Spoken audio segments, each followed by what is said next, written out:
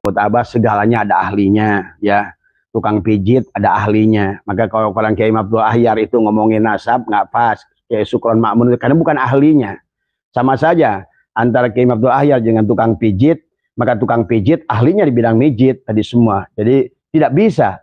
Walaupun tukang pijit pengalaman Kiai Abdul Ahyar tentang soal pijit, walaupun Kiai Abdul ilmunya banyak, tetap hebatan tukang pijit dalam bidang mijit gitu kan. Dalam bidang nasab juga. Siapapun ulama, apalagi apa namanya Buya Yahya tadi semua yang hanya ya isinya hanya iklan pondok saya bangun di mana-mana, itu sama gayanya gaya Habib Buya Yahya itu. Tadi semua cari sumbangan di iklan di YouTube di apa semua, bahkan di live yang melawan Ba'alwi sendiri iklannya ada itu Buya Yahya. Nah, ini di Cianjur, di Sukabumi, di mana-mana. Buat coba. Ini gayanya udah. Maka oleh karena itu kata Abah, terus sampaikan kebenaran tanpa membuat fitnah, terus buka fakta-fakta, dan juga teruslah bicara di antara kita. Karena ternyata kenapa mereka itu adalah meyakini begitu kuat, karena sudah terjadi mental block. Kalau di dalam bahasa hipnosis itu adalah, maka inilah metodologi daripada mereka berdakwah. Kenapa menggunakan, kalaupun itu kisah khurafat, kalau kisah khurafat itu diulang-ulang, tetapi kalau diterima dengan kebodohan, maka kisah khurafat itu menjadi sesuatu yang dahsyat, sahabat. Memang bagi orang yang memiliki kesadaran dan memiliki landasan ilmu, sesungguhnya apa yang disampaikan itu adalah bertentangan, berseberangan dengan logika, akal manusia, bahkan sebetulnya bertentangan dengan hukum-hukum Allah dan sunnah-sunnah Rasulullah, bahkan juga ijma ulama. Maka jangan aneh, bahkan mereka adalah, kalau secara umum kita boleh katakan, mereka sudah nggak takut dengan Allah. Bahkan mereka seolah-olah menjual Allah. Bahkan seolah-olah mereka itu benar-benar suatu kaum yang sudah seenaknya terhadap Allah. Tetapi inilah mereka tidak takut dengan dosa. Bahkan maaf di dalam melakukan kegiatan apapun. Bahkan mungkin Anda bisa saksikan sendiri dari pendakwah mereka itu, yang kelihatannya bagaimana, tapi kan faktanya sekarang Anda bisa saksikan betapa banyaknya kasus masalah pelecehan seksual yang dilakukan oleh mereka, penipuan yang dilakukan oleh mereka. Belum lama ada Habib yang mencuri motor, dan begitu banyak sebetulnya, sahabat. Tetapi kembali yang sampaikan malam dari tokoh-tokoh Bogor yang mengatakan bahwa memang tidak boleh diam. Dan Abah juga mengembalikan kembali. Kemarin Abah bersilaturahim dengan Kiai Imaduddin. Dan kita doakan semoga beliau senantiasa diberikan kesehatan. Dan Abah juga berkumpul dengan tokoh-tokoh Banten di sana. Memang ini harus dikembalikan terus, tidak boleh. Karena terjadinya doktrinasi itu adalah secara terus-menerus selama puluhan tahun, ratusan tahun. Maka kesalahan itu menjadikan sebuah kebenaran. Dan untuk membuka mental block itu juga sama dengan kita pun menyampaikan fakta-fakta kebenaran yang tidak boleh juga berhenti hanya sekali saja. Karena pada dasarnya untuk membukakan mental block itu adalah harus dengan repetition. Pengulangan. Karena kalau tidak demikian kasihan saudara-saudara kita. Karena mereka yang sudah menganggap dirinya adalah membela Ba'alwi itu kan, kalau kita lihat dari cara dia berbicara, cara dia bikin komen pun udah kelihatan. Kalau misalnya Abah saja baru live, satu komen saja udah kelihatan mana dari pendukung Ba'alwi. Dari bahasanya sudah kelihatan. Ini kan sudah kasihan saudara kita. Benar-benar sudah terkontaminasi dengan cara dan etika dan budi yang dipertunjukkan oleh tuan-tuannya mereka, ya sahabat. Nah inilah, wahai bangsaku, rakyat Indonesia, sadarlah bahwa NKRI dalam ancaman, tetapi kalian tidak menyadarinya karena menganggap suatu kesalahan itu yang sudah dilakukan berulang-ulang sehingga tidak sadar. Allah dihina, Rasulullah pun dihina, bahkan para ulama-ulama sekelas Imam Syafi'i, sekelas Tuan Syekh Abdul Qadir dianggap tiada nilainya dibandingkan dengan Faqih Muqaddam, dibandingkan dengan Imam Zain, Imam Abara, dan lain sebagainya dari Habib-Habib kalangan mereka. Mari kita, itulah mungkin barangkali kenapa baginda Nabi pernah bersabda, kembalikan orang Yaman itu adalah ke Yaman, ya sahabat. Sejarah Yaman ini tidak boleh dilupakan oleh dunia. tidak boleh dilupakan. Karena pertama ada manusia, ada raja yang berkuasa di Yaman yang bernama Abroha. Itulah orang yang pertama ingin menghancurkan Ka'bah. Dan kita itu diabadikan oleh Allah di dalam Al-Quran. Bagaimana perseteruan Abroha dengan kakeknya baginda Nabi adalah Abdul Muthalib saat itu, tentang unta yang ditahan oleh Abroha. Ini jelas dari awal bahwa orang Yaman, kerajaan yang berdiri di Yaman ini adalah memang ingin menghancurkan Ka'bah, karena mereka menginginkan bahwa menjadikan pusat center itu adalah di Yaman. Bahkan mereka pernah membuat Ka'bah yang bahasanya dari emas adalah Abroha itu, ya. Dan kemudian mereka melaksanakan tawaf yang sekarang kalau Anda lihat di Tarim, maka tidak ada tempat dimanapun di dunia yang ada Ka'bah palsu yang mereka, termasuk kita lihat video Umar bin Hafiz adalah tawaf sebagaimana tawaf di Ka'bah. Yang kedua, sadarilah wahai orang Islam, bahwa orang Yaman ini tidak banyak menghancurkan untuk pergi haji atau pergi ke tanah suci.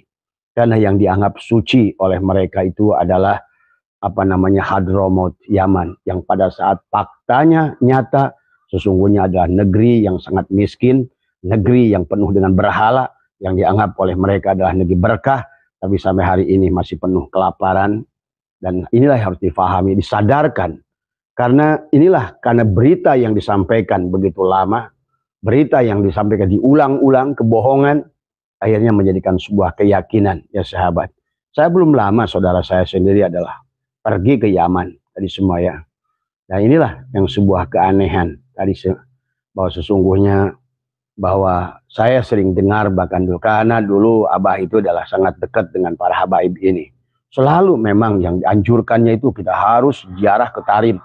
Tetapi bagi orang yang ingin ziarah ke Tarim, dia harus banyak mengadakan tawasul kepada Faqih Muqaddam dengan kita mengharapkan. Tetapi sebenarnya kalau menurut Abah, kalau batin kita ini ada jernih, sebenarnya tidak usah membutuhkan kitab yang tebal-tebal, tidak usah membutuhkan keterangan yang banyak-banyak itu bagi orang yang belum kena dengan racun doktrinasi. Karena begitu mudah dilihat sebetulnya, sangat nyata dipandang mata, dari perbuatannya, dari tata caranya, dari adabnya, dari akhlaknya. Tapi kembali pada saat sesuatu keyakinan itu sudah tumbuh karena doktrin, karena ketahuilah ada alam sadar dan alam bawah sadar. Pada saat alam bawah sadar kita sudah dikuasai dengan doktrinisasi, sahabat, maka inilah manusia itu adalah menjadi manusia bodoh, menjadi manusia dungu, menjadi manusia hilang akal. Maka kata Abah, maka inilah kemerdekaan bagi orang-orang yang mau melepaskan Ba'alwi itu. Kalian sebetulnya akan lebih jelas, akan lebih jernih akal kalian. Kenapa? Karena selama ini hanyalah doktrinisasi yang ditanamkan pada kalian. Nah, kita lihat lagi bahwa fakta sejarah yang pertama, fahami, jangan lupakan kisah Abroha, ya, yang benar-benar ingin menghancurkan Ka'bah. Kalau Anda silakan, kan Anda tahu dari surat Al-Fil, ya, kisahnya.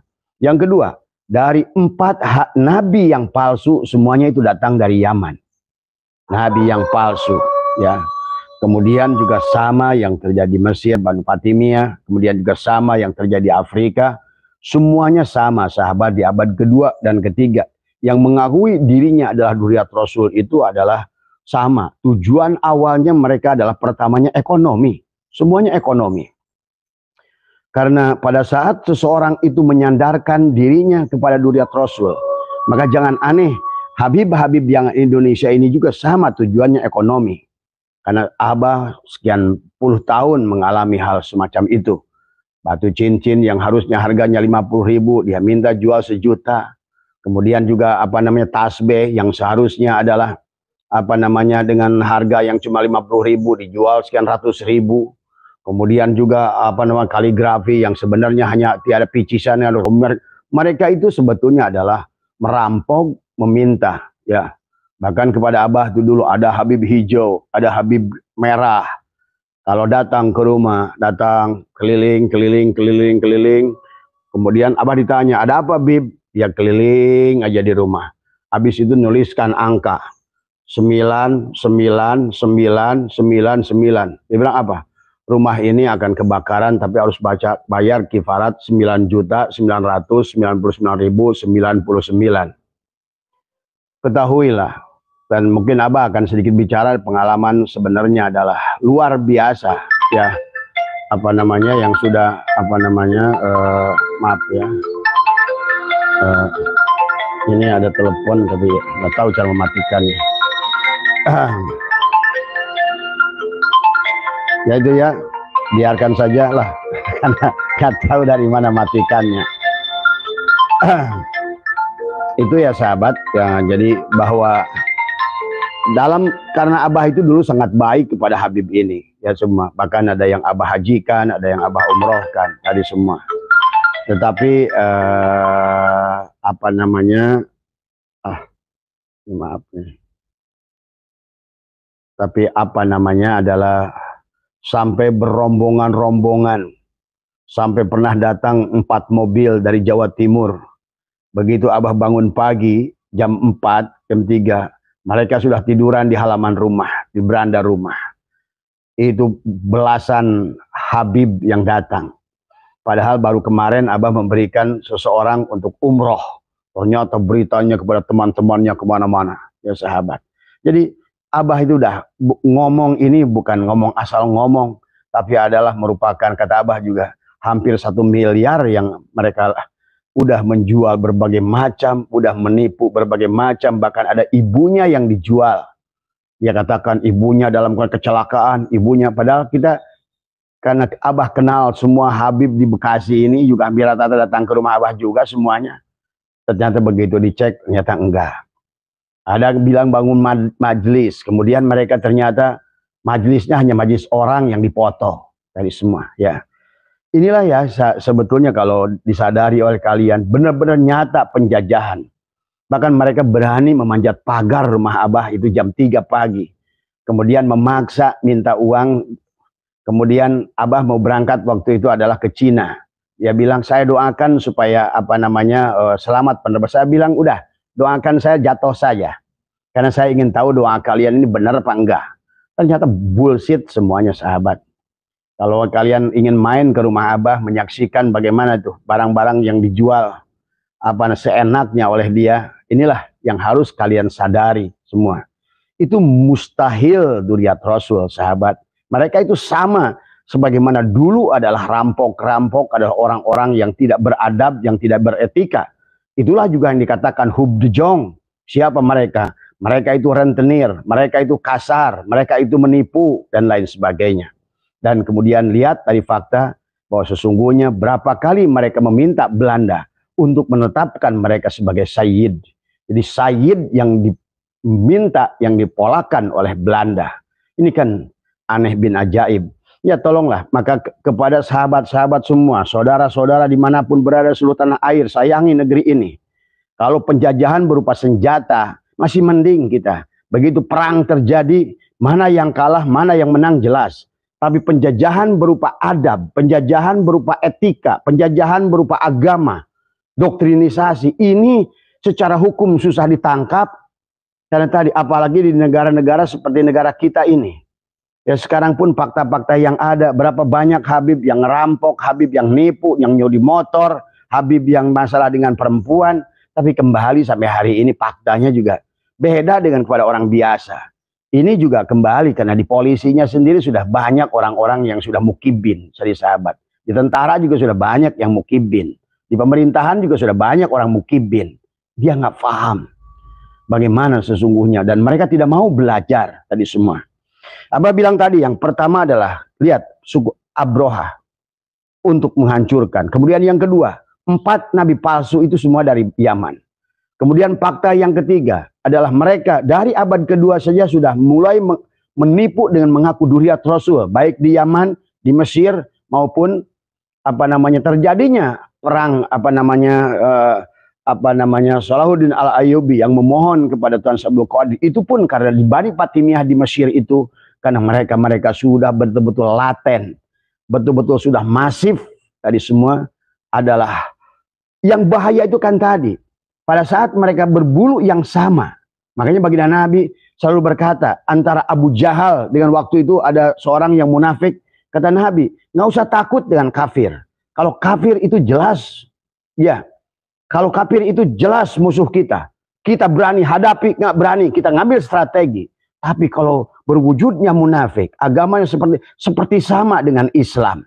Yang dibicarakannya seperti sama, tapi tujuannya beda, pola pikirnya beda, kemudian juga tata caranya beda. Bahkan pelan-pelan agama dirusak. Kalau menurut Abah, yang dihancurkan adalah bukan hanya fikih, tapi tauhid. Maka itulah Bung Karno pernah berkata, sahabat, kata Bung Karno, bahwa sesungguhnya telah terjadi kebodohan kepada bangsa ini pada saat manusia dituhankan. Ini yang akan mendekati kepada kemusyrikan. Betul, Abah setuju dengan itu. Karena kalian seolah-olah udah lagi tidak ada lagi hasbunallah wa ni'mal wakil itu.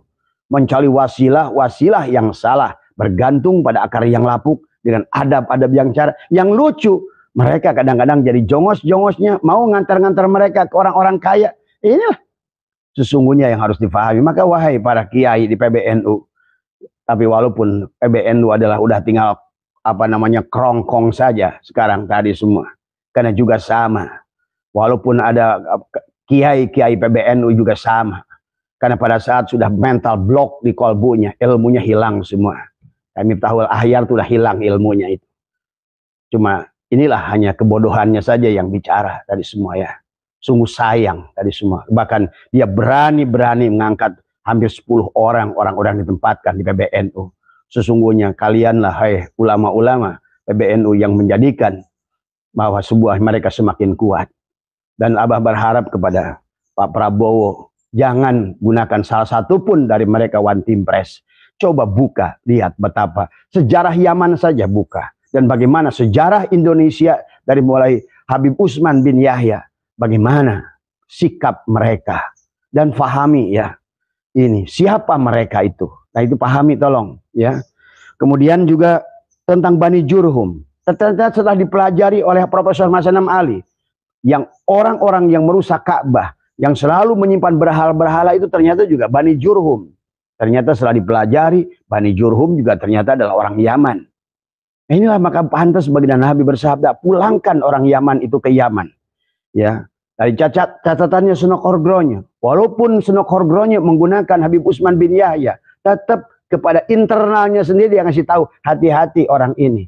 Islamnya beda dengan Said-Said yang kita lawan waktu perang di Ponorogo. Tadi semua mereka punya komitmen, mereka punya kejujuran. Mereka adalah tidak akan pernah bisa diajak damai. Tapi orang ini mudah diajak damai, kata Sunok Horgronya.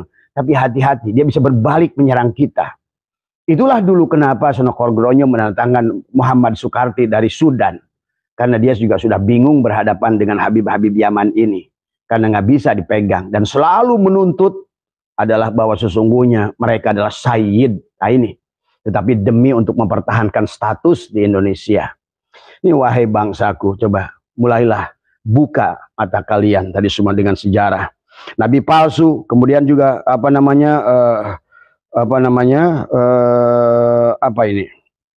juga sesungguhnya PKI yang masuk ke Indonesia adalah dari Yaman Selatan, ya sahabat. Dan Duriat palsu itu sudah ada di Mesir dengan mereka mengaku Banu Fatimiyah, ternyata bukan. Mereka sama saja. Sama dengan Muhammad Sulaiman yang datang yang mengaku jadi Sayyid Sayyid Ahmad bin Isa al-Muhajir itu juga sama, adalah merupakan orang Irak yang sesungguhnya dari keturunan Bani Jurhum, yang juga sama dari keturunan Syiah Imamiyah, dan juga ada selalu link dengan Zionis saat itu. Kemudian PKI Yaman, kita ngerti lah. Indonesia ini bukan negara PKI, tetapi faktanya sejarah walaupun tentang Dipo Nusantara Aidit ya, bagaimana kisahnya mereka buat, inilah memang dari sejak zaman dahulu mereka selalu membuat kisah-kisah palsu ini tadi semua ya. Dia mengatakan bagaimana mungkin katanya Den Aidit. Den Aidit itu anaknya Nuh, dan Nuh itu anak angkat. Masa ada anak angkat? Dan tetapi kemudian kalau soal begini, sahabat, lihat saja secara mutawatir pengakuan 2 orang anak putranya daripada Den Aidit sendiri mengatakan, bahkan saya mendapatkan silsilah dari Pak Ilham, Iya, yang dia mengatakan waktu saya masih ada videonya Jakarta Loyal Club, dia menyebutkan silsilahnya sampai kepada Ubaidillah. Itu jelas sahabat ya, itu kan dari anaknya. Jadi kita udah ngerti lah tadi semua tentang Barokbah itu bagaimana dan semua. Jadi ya mudah-mudahan, tapi ini memang tidak bisa membukakan mental block tadi semua. Yang sudah ada mental block itulah. Karena alam bawah sadar mereka itu sudah melihat bahwa Habib ini mulia, Habib ini benar, dan itu tidak mudah sahabat. Maka oleh karena itu dari tadi malam teman-teman dari Ormas bidang kesenian, kemudian dari Ormas ini yang mengatakan tokoh masyarakat mengatakan, karena dia dengar Abah udah jarang bicara tentang dzurriyyat. Berkata Abah bukan nggak mau dengar bicara dzurriyyat, karena sekarang sudah banyak ahli. Sekarang kalau menurut Abah segalanya ada ahlinya, ya. Tukang pijit ada ahlinya. Maka kalau Kiai Abdul Ahyar itu ngomongin nasab nggak pas. Kiai Sukron Makmun karena bukan ahlinya. Sama saja antara Kiai Abdul Ahyar dengan tukang pijit, maka tukang pijit ahlinya di bidang mijit tadi semua. Jadi tidak bisa. Walaupun tukang pijit pengalaman Kiai Abdul Ahyar tentang soal pijit, walaupun Kiai Abdul ilmunya banyak, tetap hebatan tukang pijit dalam bidang mijit gitu kan tadi. Sekarang sekelas ulama siapa? Kiai Sukron Makmun suruh badminton dengan siapa? Dengan Taufik misalnya gitu kan tadi. Walaupun beliau ulama, tapi di bidangnya nggak ada artinya apa-apa, gitu kan? Di bidang ini. Maka dalam bidang nasab juga, siapapun ulama, apalagi Buya Yahya tadi semua yang hanya ya isinya hanya iklan pondok saya bangun di mana-mana. Itu sama gayanya gaya Habib Buya Yahya itu.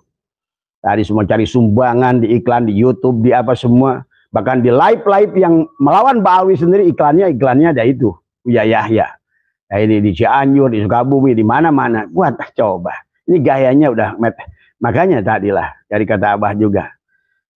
Jadi mari, makanya kenapa Abah bicara, Abah sampaikan ke teman-teman semalam, Abah tidak lagi mau bicara. Biarkan orang sejarah yang bicara karena dia ahlinya.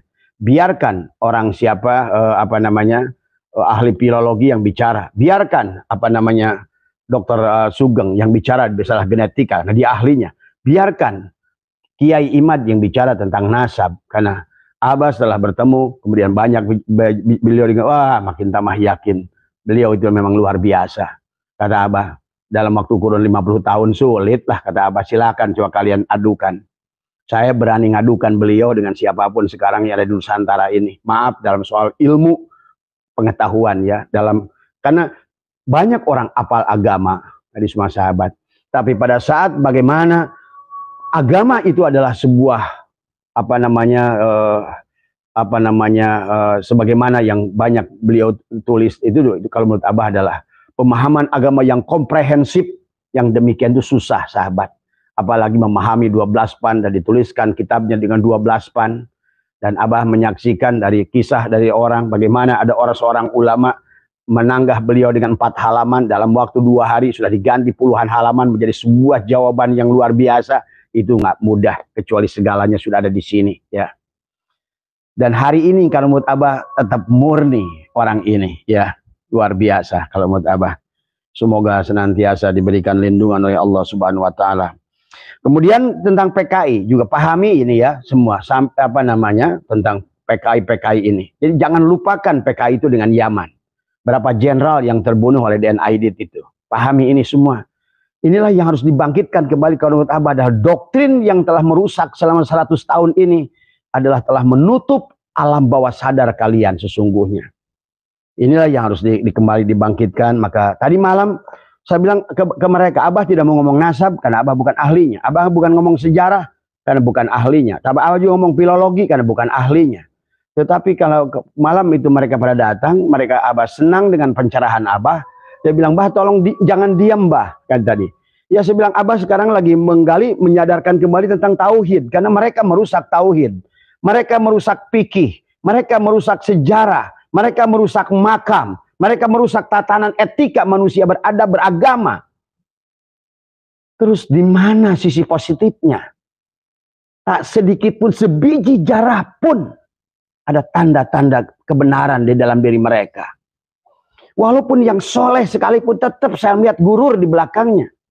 Walaupun yang nangtaknya kayaknya arif, Tapi begitu sekali kasus sedikit saja kelihatan mulutnya. Ini kan sebenarnya memang tidak bisa. Kalau perak itu, kalau besi itu tetap besi. Nggak bisa ditutup-tutupi dengan lapisan sepuhan, nggak bisa. Tadi semua ya. Inilah yang makanya tadi malam saya bilang datang ke sini, Bah, tolong bicara lagi, Bah. Tolong bicara lagi, Bah. Karena ternyata dari pencerahan Abah itu lebih banyak didengar, lebih mudah. Karena Abah di bahasanya lebih rileks gitu kan tadi. Kalau dikasih langsung berupa ilmu, buku nasab, kadang-kadang membuat bingung mereka juga, kata mereka. Nah inilah betul Abah setuju dengan mereka. Memang satu masalah, kalau yang namanya korban doktrinisasi, maka juga kebenarannya harus dibalikan. Antitesisnya dengan tadi, doktrinisasi lagi. Maka sahabat, kepada semua para kiai yang di Bogor, dimanapun berada di seluruh Indonesia, ayo mulai bicara, ayo mulai bicara. Tadi semua ya. Tetapi Abah selalu menyarankan, jangan tunjukkan adab dan etika cara kita bicara. Tunjukkan adalah fakta dan bukti. Sekarang kalau mau nolak, Abroha setuju nggak bahwa dia adalah orang Yaman yang menghancurkan Ka'bah? Silakan cek. Bani Jurhum setuju. Coba, kalau ini yang Abah sampaikan adalah bukan kebenaran, siapa Bani Jurhum itu? Kalau Anda menolak fakta ini, silakan cek, buka internet, buka Google, klik tentang Yaman Selatan, PKI Yaman Selatan. Siapa bahkan pendirinya itu? Adalah kakeknya Habib Umar Al-Jupri yang kalian muliakan itu. Coba tadi semua. Kemudian kita gabungkan dengan data-data eksternal. Misalnya dari siapa? Dari Belanda. Catatan-catatan Belanda. Catatan Sunokor-Gronyo. Catatan Vandenberg. Catatan siapa lagi? Huub de Jong. Yang menjelaskan bagaimana kotornya mereka. Pertama kali datang rentenir, penipu, dan lain sebagainya. Dan inilah, dan bagaimana mereka dalam itu selalu meminta kepada Belanda ditetapkan adalah sebagai sayyid keturunan Rasulullah. Nah masa menentukan keturunan sayyid Rasulullah harus ditentukan oleh Belanda. Dan juga wahai sahabat-sahabat, kalau ingin ceklah di nakobah-nakobah di dunia ini. Apakah ada pengakuan kepada Ba'alwi? Ada pengakuan pada Robitoh Alawiyah? Apakah Robitoh Alawiyah itu adalah merupakan nakobah? Adalah sebuah lembaga yang berhak menentukan nasab? Enggak. Ini mah udah clear lah urusan itu, kata Abah tadi malam kepada tokoh-tokoh masyarakat. Tetapi yang harus dipentingkan itu masalahnya semuanya juga udah clear, ilmunya sudah clear. Tapi masalahnya adalah mental block yang harus dibuka. Bagaimana caranya? Jangan diam. Yang sudah bicara terus, kemudian juga bicara, bukan sedikit-sedikit ngeluh. Tadi karena aduh saya nggak dapat perhatian dari sipulan-sipulan. Apa perjuangan harus dapatkan perhatian? Saya dibuang oleh Kiai Imad. Apa yang dibuang Kiai Imad? Kita berjuang ini adalah untuk negara, untuk agama, untuk Rasulullah tadi semua. Maka Abah 2 tahun baru ketemu dengan Kiai Imad. Kenapa? Karena yang Abah bela bukan Kiai Imad, tetapi adalah yang Abah bela kebenaran yang dibawa oleh Kiai Imad dan kawan-kawan. Kebenaran yang terus disampaikan oleh Gus Nur Ihya, yang disampaikan oleh Kiai Suparman, disampaikan oleh Marzuki Mustamar, disampaikan Kiai Agil Siraj, disampaikan juga oleh Gus Muwafiq, disampaikan oleh Mustafa Bisri, Kiai Mustafa Bisri, disampaikan oleh ulama-ulama yang lain. Abah mengharapkan keriduannya. Anggaplah ini sebuah sodakoh dari Anda untuk terus tidak boleh berhenti. Silakan, apakah itu buat TikTok, video kecil, kalaupun nggak mau live seperti Abah, silakan rekam sama cucunya, sama siapa. Tapi cari dulu fakta. Yang penting semakin banyak yang bicara. Karena mental block itu harus dibuka. Mental block itu harus dibuka. Sebagaimana orang kenapa bisa disuruh tidur, kata hipnotis, tidur dia. Tadi semua. Karena mental block itu adalah mengunci. Yang dikhawatirkan Islam adalah agama yang selalu menghargai akal. Makanya afala ta'qilun, afala yatafakkarun, afala yatadabbarun. Bagaimana doktrin ini bisa sesuai dengan Islam yang menghargai akal tadi semua? Dan sesungguhnya dengan Habib ini justru memberengus akal, membunuh akal manusia, sehingga yang adalah doktrin. Sehingga pada saat dikatakan rantai emas dari langit pun kalian percaya. Kita ngerti khurafat. Kita ngerti yang namanya huarikulil adat. Kita ngerti yang namanya karomat. Tapi tidak dengan demikian ya sahabat. Karena karomat itu adalah merupakan karomah. Itu adalah headnya daripada aulia. Bukan sesuatu yang bisa ditetapkan. Bukan sesuatu yang datang terus menerus. Sama saja seperti mujizat. Mujizat itu hanya sekali. Bahkan Nabi Musa alaihissalam belum ngerti mujizatnya bisa memukul laut itu dengan sebelum Dia tahu bahwa laut itu bisa terbelah. Ini kan Nabi Musa saja nggak ngerti bahwa tongkatnya bisa membelah laut. Nabi Ibrahim saja nggak ngerti bahwa api itu akan dingin. Ini kalau dengar kasih Habib semua tadi, bahkan menghina hukum-hukum Allah dengan menuliskan kepada malaikat munkar wa nakir, seolah-olah mereka itu benar-benar udah di atas Allah. Mereka itu udah di atas Rasulullah. Waduh, Masya Allah, astagfirullah. Inilah kalau dibiarkan luar biasa, hancur negara ini ya. Kemudian mereka parasit makam sudah ditulis oleh Senokor Gronje, oleh Hub de Jong dalam bukunya.